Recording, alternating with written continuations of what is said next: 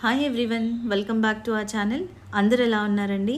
So TV న్యూస్లో ఏపీలో తెలంగాణలో భారీ వర్షాల వల్ల విజయవాడ అంతా ఓవర్ ఫ్లడ్ అయిపోయింది. అండ్ తెలంగాణలో కూడా ఇక్కడ చాలా రీజియన్స్ అంతా ఓవర్ ఫ్లడ్ అయిపోయి చాలా ఇబ్బందులు పడుతున్నారు కదా.